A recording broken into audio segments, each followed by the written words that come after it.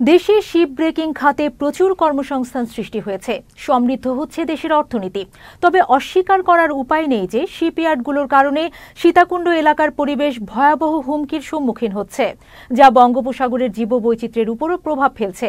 বিভিন্ন সময় পরিবেশ অধিদপ্তর এই দূষণের ব্যাপারে হুঁশিয়ারি দিলেও তাতে কোনো কাজ হচ্ছে না।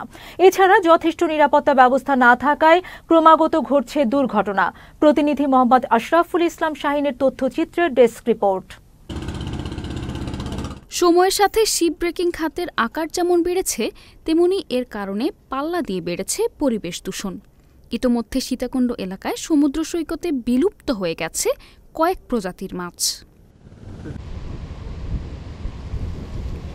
এছাড়া সাম্প্রতিক এক গবেষণার তথ্য বলছে, জাহাজ ভাঙা শিল্প এলাকা ও এর আশেপাশের কৃষি জমিতে নির্ধারিত মাত্রার চেয়ে কয়েক গুণ বেশি বিভিন্ন ধরনের ভারী ধাতুর উপস্থিতি পাওয়া গেছে। জাহাজের কালা তেল পরে মাছ জারগই, তাছাড়া আর মেলের ইসিডালা পানি সাগরের নামি মাছ জারগই, মাছে কের পর্যন্ত চলে জারগই, মাছ ন কের।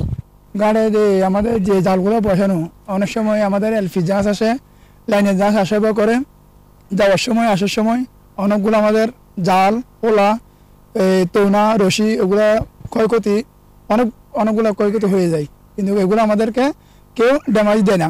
এসব আবাদি জমিতে উৎপাদিত ফসলের মাধ্যমে ক্ষতিকর ভারী ধাতু প্রবেশ করছে মানুষের শরীরে, যার ফলে দেখা দিচ্ছে ক্যান্সার সহ নানা ধরনের রোগের আশঙ্কা। আর এভাবে চলতে থাকলে সীতাকুণ্ড এলাকার বাতাস মানুষের গ্রহণের অনুপযোগী হয়ে পড়বে। আমাদের ছেলে মেয়েদের সমস্যা, স্কুল যাওয়ার সমস্যা, আর গাড়িগুলো যাইতেছে সোলো করে যাইতেছে না, এটা জোরে জোরে চলে যাইতেছে, আর মাছ পড়তেছে না, এখানে ফেরি আছে, ফেরি বালু নিতেছে, বিভিন্ন ধরনের সমস্যা আমাদের জেলে সম্বাদের লোকের। আমাদের জেলে বেড়ে অনেক সমস্যা। এই যে এলপি গ্যাসের জাহাজ আছে না, আমাদের বিভিন্ন রকমের জাল ক্ষতি হয়ে যায়। আমরা ওগুলো ক্ষতিগ্রস্তগুলো দিতে দিতে আমাদের কাছেরত হয়ে যায়, তারপরে আমাদের লেনা দেনা বেড়ে যায়। ওই সমস্ত কারণে আমরা যখন ওইখানে গিয়ে প্রতিবাদ করি, আমাদেরকে ওইখানে প্রতিবাদ করতে অনুগ্রহ করে না। এছাড়া প্রতিষ্ঠার পর থেকে গত 4 দশকে সীতাকুণ্ডের বিভিন্ন শিপ ব্রেকিং ইয়ার্ডে নানা দুর্ঘটনায় মারা গেছেন অন্তত 750 শ্রমিক। আহত ও পঙ্গু হয়েছে আরও কয়েক হাজার।